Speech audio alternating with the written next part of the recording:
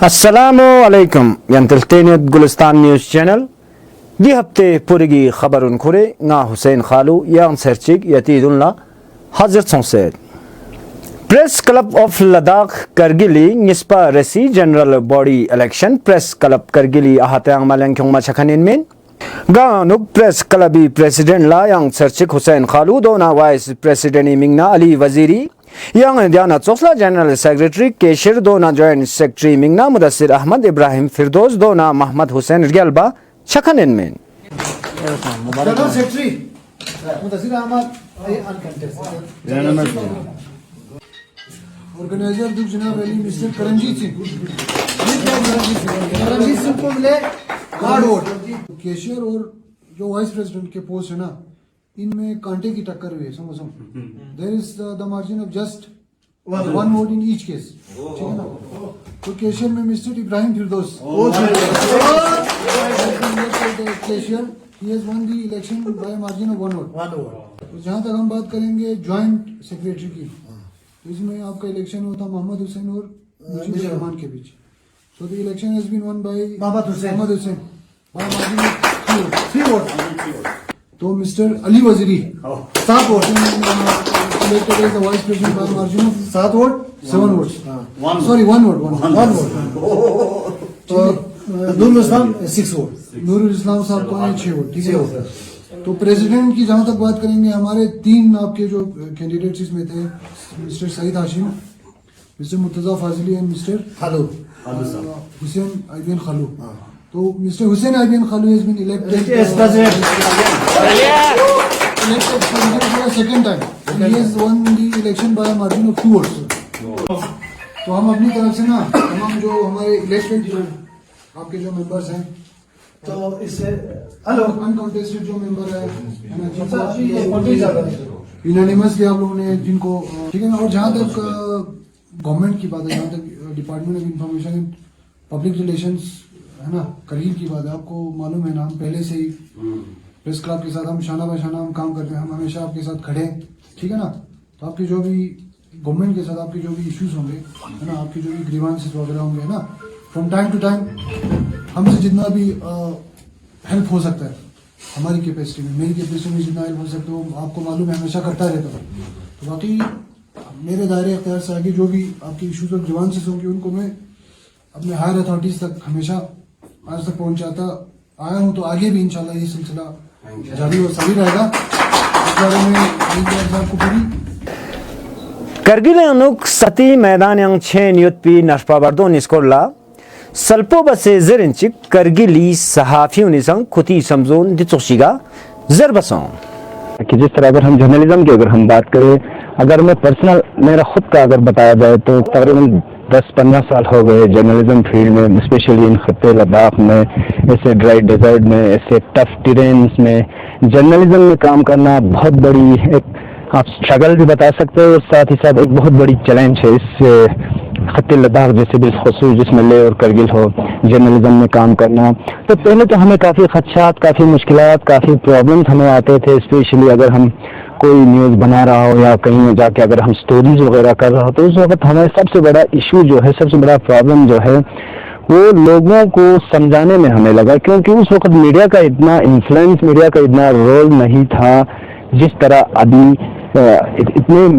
इतने लोग अभी इस मीडिया में शामिल हो गए हैं तो अभी काफ़ी लोगों में मीडिया का एक ये आ गया है कंसेप्ट आ गया है कि मीडिया क्या चीज़ है मीडिया को किस तरह यूज़ करना है हमारे इश्यूज है हमारे ग्रीवेंसेस है वो आला अहदेदार तक यूटी एडमिनिस्ट्रेशन तक हमारे इश्यूज किस तरह पहुंचाना है और साथ ही साथ अगर हम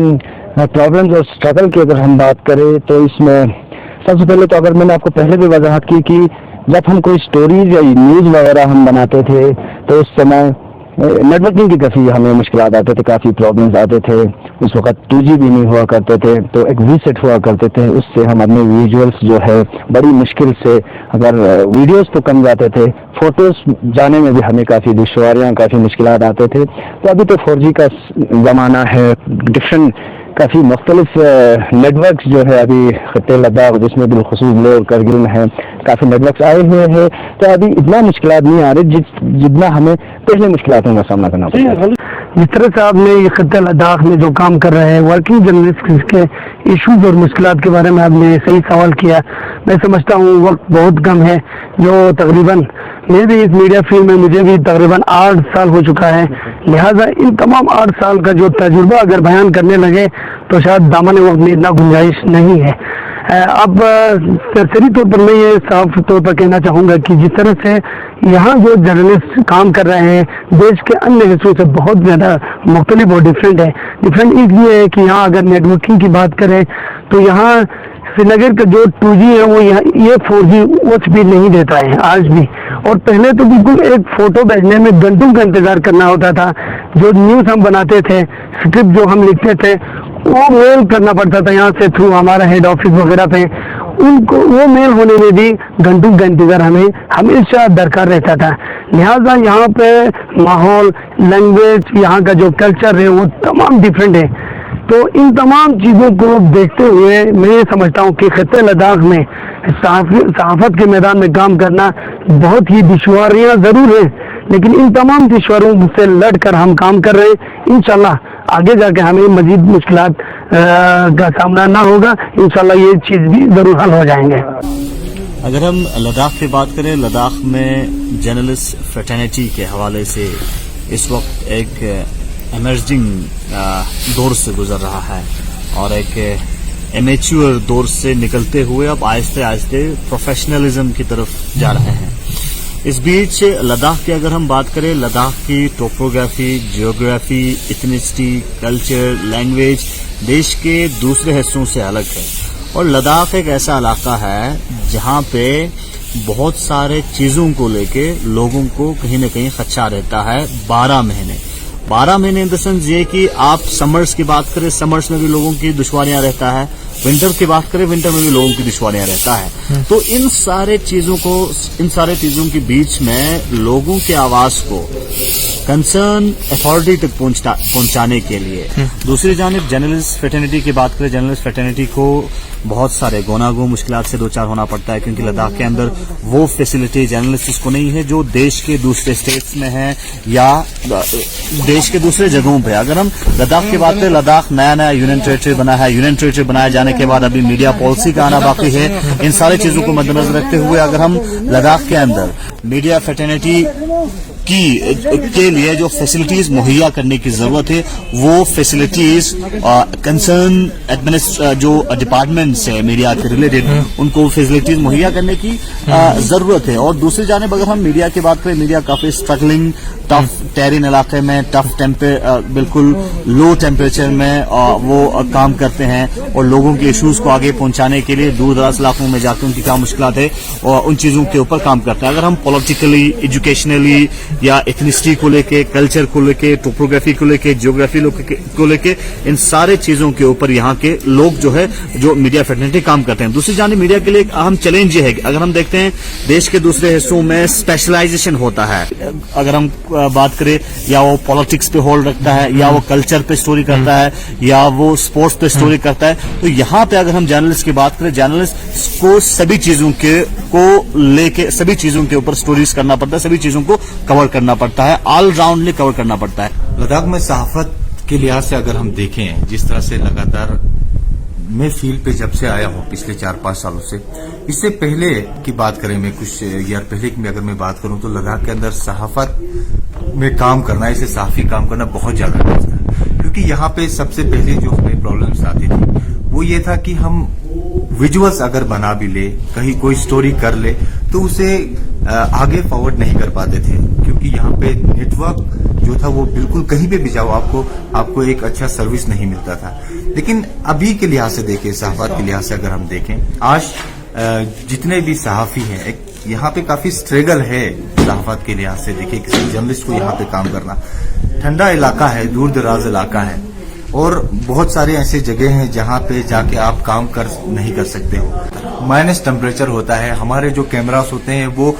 उसकी अगर आप 100% बैटरी चार्ज कर लेते हो, वहां पे होता क्या है कि जो ही आप रिकॉर्डिंग ऑन कर लेते हो, 1 मिनट का विजुअल बनाते हो, आपका सिग्नल आ जाता है बैटरी लो। और नेटवर्क की बात करें हम, मोबाइल फोन, आजकल तो सारा कुछ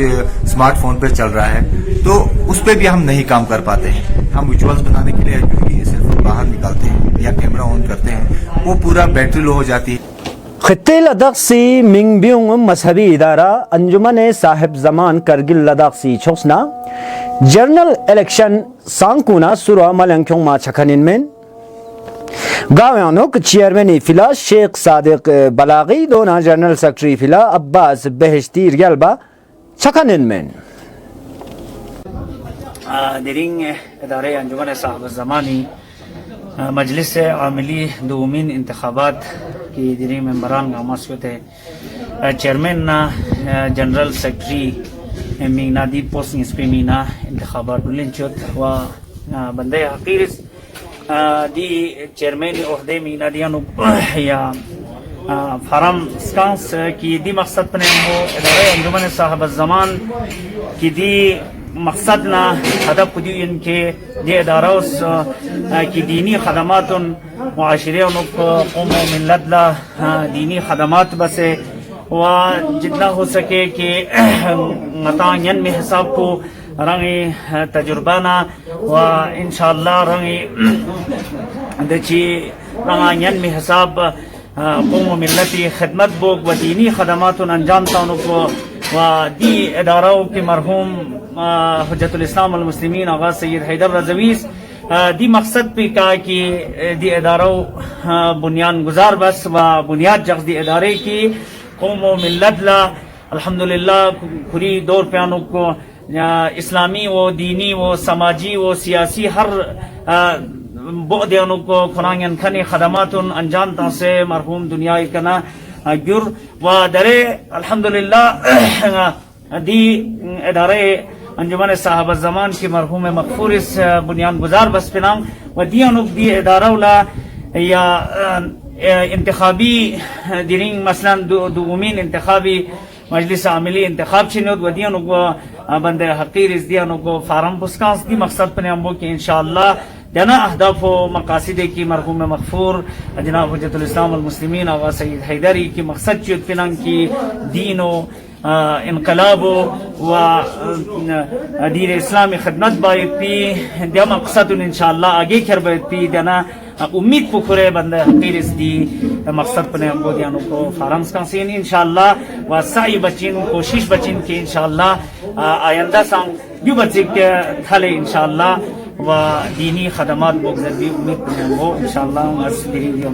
दी इंतखाबात हिस्सा लेने कि आज यहाँ पे इलेक्शन है, क्योंकि हमारी जो अंजुमन साहिब ज़मान की जो एग्जीक्यूटिव बॉडीज थी उनका जो टेन्योर है वो ख़त्म हो चुका है इसी साल, तो एक नई सिरे से यहाँ पे इलेक्शन हो रहा है। और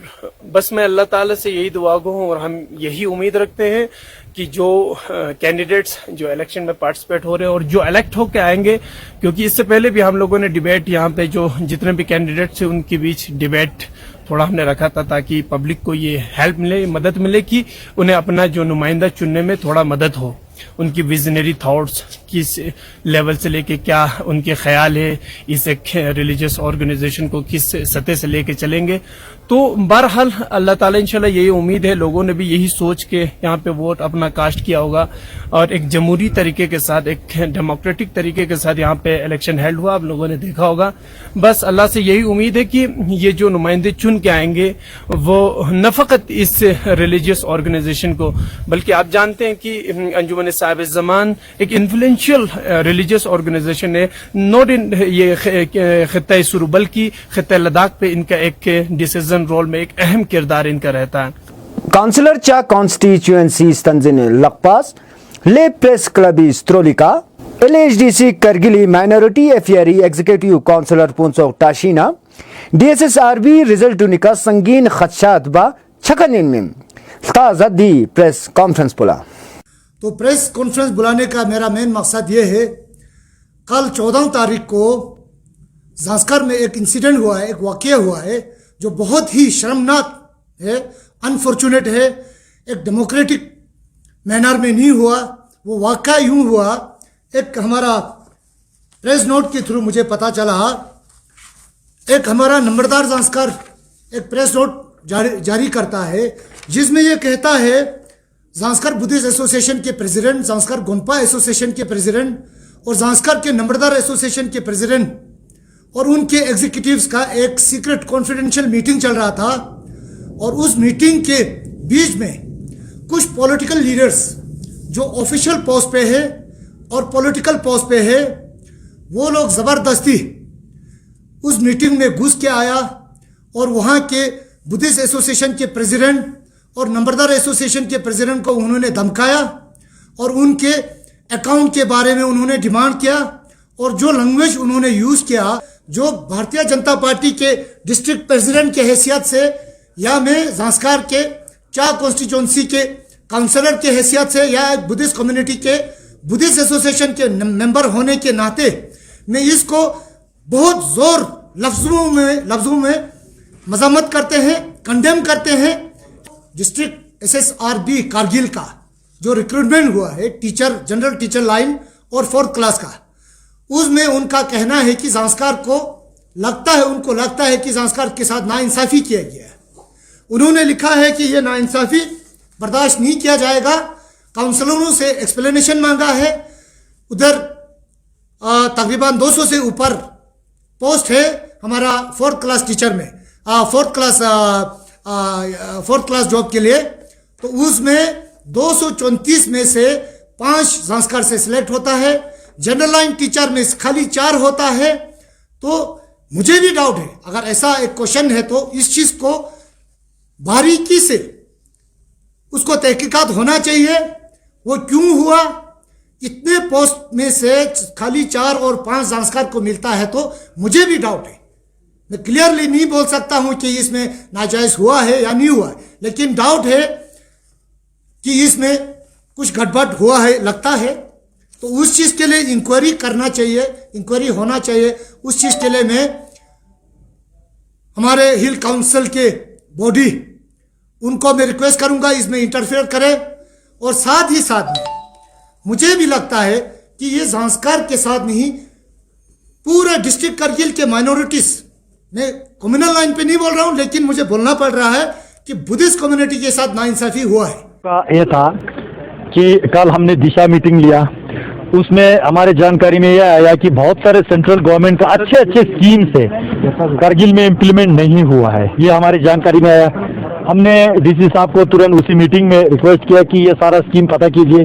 क्या है, कहाँ से है, कैसे इसको लागू करना है, और जितने भी स्कीम जो है, चाहे जाने अनजाने में कैसे भी करके कारगिल में इम्प्लीमेंट जिन लोगों ने नहीं किया उसको करने की ज़रूरत है।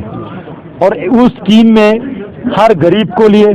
हर मरीज के लिए, हर स्टूडेंट्स के लिए बहुत सारे बेनिफिट्स देना है, वो हमने घर घर तक पहुंचाना है। दूसरा जो आपने सवाल पूछा कारगिल के जो कोalition को लेके, मैं एक चीज साफ कहना चाहूंगा, कारगिल के अवाम जानते हैं नेशनल कॉन्फ्रेंस के गठबंधन किसके साथ हुआ था, PDP के साथ हुआ था। उसके बाद PDP जो बीजेपी में मार्च हुआ था, बीजेपी ने एज ऑफिशियल कोई बैठ के हमने ये बात चर्चा नहीं किया। मैं नेशनल कॉन्फ्रेंस के जो डिस्ट्रिक्ट यूनिट के प्रेसिडेंट के जो स्टेटमेंट को कंडेम करना चाहूंगा, क्योंकि उन्होंने ये कहा कि नेशनल कॉन्फ्रेंस के आइडियोलॉजी पे बीजेपी चलते हैं। चल ही नहीं सकते हैं, ये बिल्कुल नामुमकिन है। नेशनल कॉन्फ्रेंस का अपना एक आइडियोलॉजी रहते हैं, भारतीय जनता पार्टी का अपना एक आइडियोलॉजी है। हमने आइडियोलॉजी के बेसिस पे हमने सरकार नहीं चला है। कारगिल के विकास के लिए हमने सोचा, PDP जब बीजेपी में मार्च हुआ, अगर कारगिल के विकास के लिए, कारगिल के लोगों की हित के लिए अगर हम इस काउंसिल को आगे तक चलाने की कोशिश करें तो ये कारगिल की मुफ्त के लिए होगा। अदरवाइज कारगिल की काउंसिल की हिस्ट्री आप सबको पता है। इससे पहले जितना भी कारगिल में काउंसिलर रहा, एक भी काउंसिल का टेन्योर मेरे ख्याल से कंप्लीट नहीं हुआ। कभी कोर्ट में गया, कभी उसने तोड़ा, कभी इसने तोड़ा। हमने सोचा लोगों के साथ धोखा नहीं होना चाहिए। एक डेमोक्रेटिक इंस्टीट्यूशन लोगों ने जिस तरह चुना वो 5 साल चलना चाहिए। उसमें अगर हमारे मदद से लोगों को ये हासिल हो रहा है तो उसमें उसको मदद करने के लिए हमने कोई वो गलत नहीं सोचा। अदर देन हमने कोई आइडियोलॉजी को कंप्रोमाइज करके नहीं बैठा है, और हम गुपकर गैंग के सख्त खिलाफ है, ये मैं सब शब्दों में कहना चाहूंगा। क्योंकि मैं यहाँ से कारगिल के आवाम को भी मैसेज देना चाहूंगा। आज कुछ लोग आर्टिकल 370 को वापस लाने की बात करते हैं, कुछ लोग आज जम्मू कश्मीर के साथ वापस जाने के लिए बात करते हैं। ये दोनों जो है नामुमकिन चीज है, ये हमारे अवाम को भी समझ में आते हैं। करगिल जब से लद्दाख के साथ या लद्दाख जब से करगिल के साथ लेह डिस्ट्रिक्ट, करगिल डिस्ट्रिक्ट सब मिला के यूनियन टेरिटरी ऑफ लद्दाख बना, ये इतिहास है और ये इतिहास चेंज नहीं हो सकते। यूटी बनने के बाद पूरे खित्ते लद्दाख के लिए 11,000 करोड़ लिया। क्या 370 के रहते हुए 11,000 करोड़ कभी हमने देखा सुना? यूटी बनने के बाद लद्दाख में अलग से लेफ्टिनेंट गवर्नर बैठते हैं। क्या 370 के अंदर ये सारा देखने को मिला? आज नेशनल कॉन्फ्रेंस के चीफ एग्जीक्यूटिव काउंसलर से आप लोग पूछिए, आपके काउंसिल का बजट कहां से कहां एनहांस किया? 370 में आपको क्या इतना बजट मिलते थे? आज जो भी पार्टी के, चाहे नेशनल कॉन्फ्रेंस के हो, चाहे कांग्रेस के हो, चाहे आजाद उम्मीदवार हो, सभी काउंसलर से आप पूछिए 370 के अंदर आपके सीसीडीएफ 18 लाख से 90 लाख हुआ था क्या? आज 370 तोड़ने की वजह से, लद्दाख यूटी बनने की वजह से हमारे लोगों के पास इतने सारे फंड्स आ रहे हैं, इतने सारे डेवलपमेंट के लिए पैसा आ रहा है, तो ये सारा जो है आवाम को फायदा हो रहा है। लेकिन ये बात सच है कि कुछ लोगों को बेनिफिट नहीं हो रहा है, इसलिए अपने सियासी रोटी सेकने के लिए अलग अलग अजीब अजीब नारा लगाते रहते हैं। और गुपकार गैंग बड़ा उम्मीद लेके कारगिल में आए थे, लेकिन यहाँ उनका दाल नहीं गला, इसलिए वो लोग वापस किया, ले आने की हिम्मत नहीं किया। और कांग्रेस साझेदार नहीं करगिल का। इसलिए मैं कहना चाहूंगा, हमने आइडियोलॉजी लेवल पे कोई गठबंधन नहीं किया है, कोई कंप्रोमाइज नहीं किया है। हमने ये सोचा अगर हमारे एक सीट के सपोर्ट की वजह से, हमारे सपोर्ट की वजह से कारगिल के अवाम दोबारा इलेक्शन में नहीं जाना पड़े, कारगिल के विकास में डिस्टर्ब ना आए, कारगिल के डेवलपमेंट की स्पीड बढ़े रहे, इसलिए हमने गठबंधन में बैठे। और जुजिला टनल हमने वादा किया था और शुरू भी किया था। एयरपोर्ट हमने इलेक्शन में वादा किया है, 5 साल में हमने करके देना है। सिविल जहाज हमने चलाना है। गुरबातंग का प्लेटो एवेक्यूएट हमने करना है। कारगिल में जो संस्कार अलग से गिन के कारगिल के लिए 19 Jio mobile tower sanction under USO हमने ला के दिया। लेकिन कुछ लोग ये कोशिश करते हैं जाके इनोग्रेट करें और क्रेडिट ले ले। मैं कहता हूं इसको हिंदी में खिसियानी बिल्ली खंबा नोचे कहते हैं। खुद का रास्ता गुम हो गया, हमने जो खंबा लगाया वो नोच रहा है, तो ऐसा सियासी नहीं चलेगा। आपने जो काम किया उसका क्रेडिट ले लो, हमने जो काम किया उसका क्रेडिट हम लेंगे। अभी आपने कहा कि लद्दाख के अंदर, आपने कहा करगिल के अंदर जो गवर्नमेंट के, सेंट्रल गवर्नमेंट की स्कीम है वो ग्राउंड तक नहीं गया। आपने ये भी कहा कि काउंसिल के अंदर आप लोग कॉलिशन में सिर्फ इसलिए बैठे हैं ताकि करगिल का विकास हो। कहीं आपकी काउंसिलर्स का ये जिम्मेदारी नहीं बनता था कि ये, क्योंकि आप इस काउंसिल का हिस्सेदारी रखते हैं इस काउंसिल के अंदर, तो आप हम ऐसा है, भारतीय जनता पार्टी में शामिल होने के बाद आज तक कितना मीना हुआ, इसलिए हमारे सभी काउंसलर ने बतौर बहुत कोशिश किया, हर एक स्कीम को फॉलो किया। लेकिन यहाँ पे चेयरमैन किसका बैठता है, डिप्टी कमिश्नर काउंसिल लेवल पे किसका सुनता है? यहाँ पे सभी ऑफिसर्स, आप लोग जानते हैं कारगिल में ऑफिसर्स का क्या शौक रहता है। कल मैंने मीटिंग में क्लियर कट शब्दों में कहा, साफ लफ्जों में कहा, क्लियर लाउड एंड कैटेगरिकली कहा, आज भी मैं कह रहा हूं, अगर किसी भी ऑफिसर्स को पॉलिटिक्स में शौक है तो मेहरबानी करके वो कुर्सी छोड़ के पॉलिटिक्स में आइए, लेकिन आवाम के साथ धोखा मत दीजिए। आप ऑफिसर बैठे हैं तो ये सारे स्कीम लागू कीजिए। मैंने ये भी कहा कि हमने अभी तक करगिल में सिर्फ विकास की दृष्टि से सोचा, पॉलिटिकली हमने छेड़ना शुरू नहीं किया। अगर हमने पॉलिटिकली छेड़ना शुरू किया तो समझ लीजिए ये यूनियन टेरिटोरी है। पहले आप यहाँ से जम्मू या कश्मीर जाते थे, आप ये इस यूनियन टेरिटोरी से कहीं और यूनियन टेरिटोरी में भी जा सकते हैं, लेकिन हमने लिहाज किया, अपने लोग हैं, सबका बीवी बच्चे पढ़ते हैं, इसलिए हमने दूसरी सियासी तंजीम की तरह हमने डर्टी पॉलिटिक्स शुरू नहीं किया, आइंदा भी नहीं करेंगे। अगर हमें मजबूर करेंगे तो हम इस चीज को बर्दाश्त भी नहीं करेंगे। काउंसिल के अंदर आप, मैं माफी चाहूंगा, अभी बहुत सारे प्रोग्राम है। मैं अंत में हमारे जो नया डिस्ट्रिक्ट प्रेसिडेंट आज हमने घोषित किया है, हाजी अब्दुल अजीज साहब को, हाजी अब्दुल हुसैन साहब को बहुत बहुत मुबारक देते हुए डिस्ट्रिक्ट यूनिट मैं आ रहा हूँ आपके पॉइंट पे, डिस्ट्रिक्ट यूनिट के बीजेपी के जिम्मेवार हम इनके हाथ में दे रहे हैं। और मैंने सुबह भी कहा, जब आपके प्रेस क्लब से इंटरेक्ट करते समय डिस्ट्रिक्ट लेवल के जो भी मसलाएं हैं, जो भी इश्यूज है, वो हमारे डिस्ट्रिक्ट प्रेसिडेंट की लीडरशिप में वो आपको जवाब भी देंगे, वो पब्लिक को जवाब भी देंगे, हम काम भी करेंगे। स्टेट लेवल को कोई मसला है तो करगिल में मेरा state vice president Mohammad Ali Majaz साहब यहाँ बैठते हैं, मेरा state media secretary Mohammad Hasan Pasha साहब यहाँ बैठते हैं, उसी तरह जितने भी स्टेट एग्जीक्यूटिव का मेंबर बैठते हैं। तो स्टेट लेवल के जो कोई इशू आते हैं तो हमारे स्टेट का टीम भी यहाँ बैठते हैं। आज से डिस्ट्रिक्ट का भी लीडरशिप हमने दे दिया है। आगे जाके 2-3 दिन में हम कोशिश करेंगे डिस्ट्रिक्ट का पूरा कंप्लीट संगठन स्ट्रक्चर आपको बना के देंगे, तब जाके भारतीय जनता पार्टी करगिल के सबके साथ, सबके विकास, सबके विश्वास के साथ आगे बढ़ेंगे। बहुत बहुत धन्यवाद। नाजरीन दसा सकते तलतेन तुन गुलिस्तानपुर की न्यूज़ बुलेटिन दिया बरंगा मुकैमरा लाइन के जुक्सद मोहम्मद सकलेन दोना गाना ngची पूरा फपान ला इजाजत शजदबोस यजू खुदा ना सामाने फगरंग जुले